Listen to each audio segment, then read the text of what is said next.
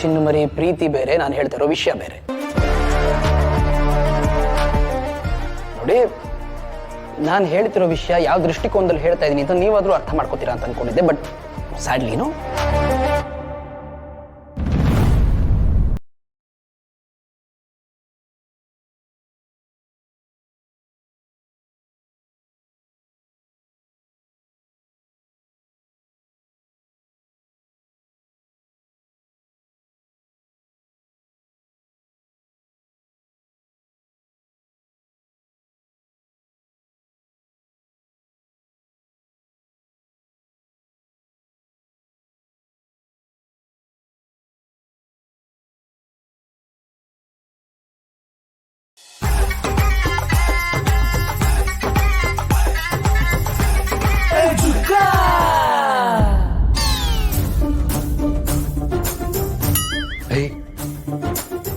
ಏನೇ ನೀನು ಒಳ್ಳೆ ಕಳಿ ಥರ ಬರ್ತಿದ್ಯಲ್ಲ, ಸೌಂಡ್ ಮಾಡ್ಕೊಂಡು ಬರತ್ತಾನೆ.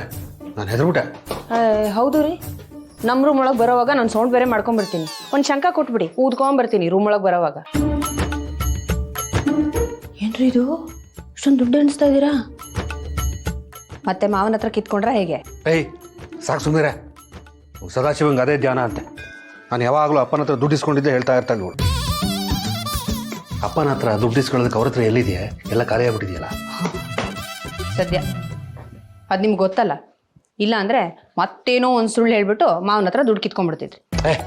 ಸಾಕು ಸುಮ್ಮನೆ. ಇದು ನನ್ನ ಅಕೌಂಟಲ್ಲಿರೋ ದುಡ್ಡು.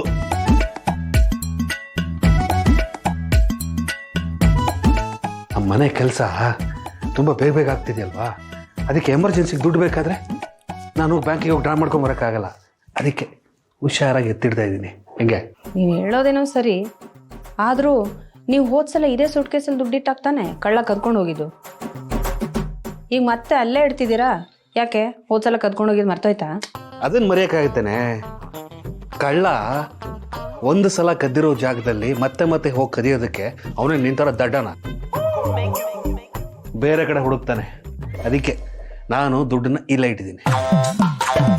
ಅವನು ಆ ಥರ ಬುದ್ಧಿ ತೋರಿಸಿದ್ರೆ ನಾವು ಈ ಥರ ಬುದ್ಧಿ ತೋರಿಸ್ತೀನಿ. ಹೆಂಗಿದೆ ನಮ್ಮ ಲೆಕ್ಕ? ಇಬ್ರು ಹೆಂಗೂ ಕಳ್ರಿತಾನೆ. ಅಬ್ಬಬ್ಬಬ್ಬಬ್ಬಬ್ಬ, ನೀವು ನಿಮ್ಮ ಲೆಕ್ಕಾಚಾರನೋ ಅಂತ ಅಂದೆ. ಮತ್ತೆ ಆದರೂ ಈ ವಾಚ್ಮನ್ಗಳು ರಾತ್ರಿ ಬಂದು ನಿದ್ರೆ ಮಾಡಿ ಬೆಳಿಗ್ಗೆ ಎದ್ದು ಹೋಗೋದಕ್ಕೆ ಸಂಬಳ ಬೇರೆ ಕೊಡಬೇಕು. ಇದ್ಯಾವ ಕರ್ಮ?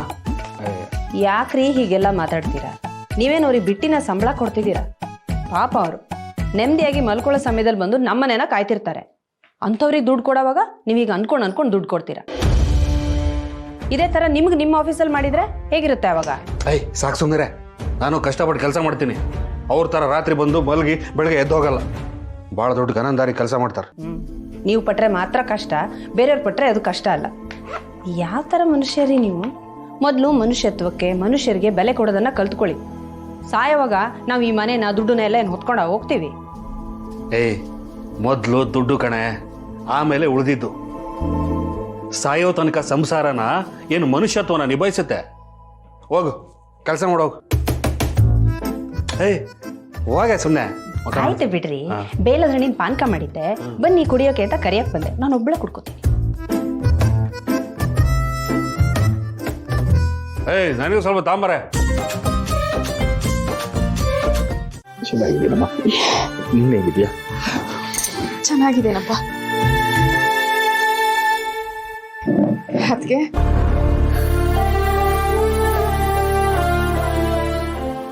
ಹೇಗಿದ್ದೀರಾ? ಅದಕ್ಕೆ ನಾನು ಚೆನ್ನಾಗಿದ್ದೀನಿ ಭಾವನಾ, ಕೂತ್ಕೊಳ್ಳಿ.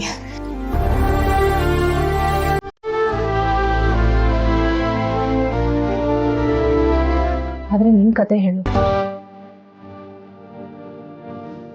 ಇಷ್ಟೆಲ್ಲ ನಡೆದ್ರು ನಂಗೆಲ್ಲ ಒಂದ್ ಮಾತು ಹೇಳ್ಬೇಕು ಅಂತ ನಿನಗೆ ಅನ್ಸ್ಲೇ ಇಲ್ವಾ ಭಾವನಾ? ಅಷ್ಟು ಬೇಗ ನಮ್ಮನ್ನೆಲ್ಲ ದೂರ ಮಾಡ್ಕೊಂಡ್ಬಿಟ್ಯಾ? ಹಾಗೇನಿಲ್ಲ ಅದಕ್ಕೆ. ಈಗಾಗಲೇ ನನ್ನಿಂದ ನೀವು ಎಷ್ಟು ಕಷ್ಟ ನೋಡಿದ್ದೀರಾ. ಪದೇ ಪದೇ ನಾನು ನಿಮ್ಗೆ ಕಷ್ಟ ಕೊಡೋಕ್ಕಾಗತ್ತಾ ಹೇಳಿ? ಭಾವನಾ, ಈ ರೀತಿ ನೀನು ನೋಡೋದಕ್ಕೆ ನಂಗೆ ತುಂಬ ಕಷ್ಟ ಆಗುತ್ತಮ್ಮ. ಅದರಲ್ಲೂ ಅಳಿಯಂದ್ರು ಅಂಥ ಕೆಲಸ ಮಾಡೋದು ನೋಡಿ ಕರಳು ಚುರುಕ್ಕಂತು.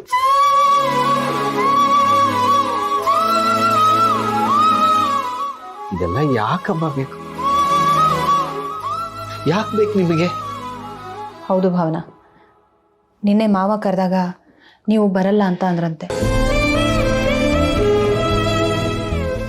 ನೋಡು, ಅದಕ್ಕೇನೆ ಇವತ್ತು ನಾನು ಬಂದಿರೋದು. ನನ್ನ ಮಾತಿಗಿಲ್ಲ ಅಂದೆ ನೀವಿಬ್ರು ನಮ್ಮ ಜೊತೆಗೆ ಬರಬೇಕು. ಏನೇ ಕಷ್ಟ ಬಂದರೂ ನಾವೆಲ್ಲರೂ ಒಟ್ಟಿಗೆ ಕೂತೆ ಪರಿಹಾರ ಮಾಡ್ಕೊಂಡಿದ್ದೀವಿ. ಈ ಸಲನೂ ಹಾಗೆ ಮಾಡೋಣ. ನೀವು ನಮ್ಮ ಜೊತೆ ಬನ್ನಿ. ಇಲ್ಲ ಅದಕ್ಕೆ ಈಗ ಸಿದ್ದು ಅವ್ರ ಜೀವನದಲ್ಲಿ ಒಂಚೂರು ಜವಾಬ್ದಾರಿ ಅಂತ ಬಂದಿದೆ. ಈ ಸಮಯದಲ್ಲಿ ನಾವು ಅಲ್ಲಿಗೆ ಬಂದ್ಬಿಟ್ರೆ ಎಲ್ಲ ಮೊದಲಿನ ಹಾಗೆ ಆಗೋಗುತ್ತೆ. ನೋಡಿ, ನೀವು ಅನ್ಕೊಂಡ ಹಾಗೆ ನಾವೇನು ಅಷ್ಟು ಕಷ್ಟದಲ್ಲಿಲ್ಲ. ನಾವು ಸಂತೋಷವಾಗಿದ್ದೀವಿ.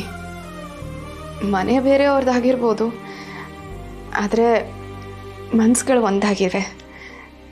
ನೀವು ನಮ್ಮ ಬಗ್ಗೆ ಅಷ್ಟು ಯೋಚನೆ ಮಾಡಬೇಡಿ.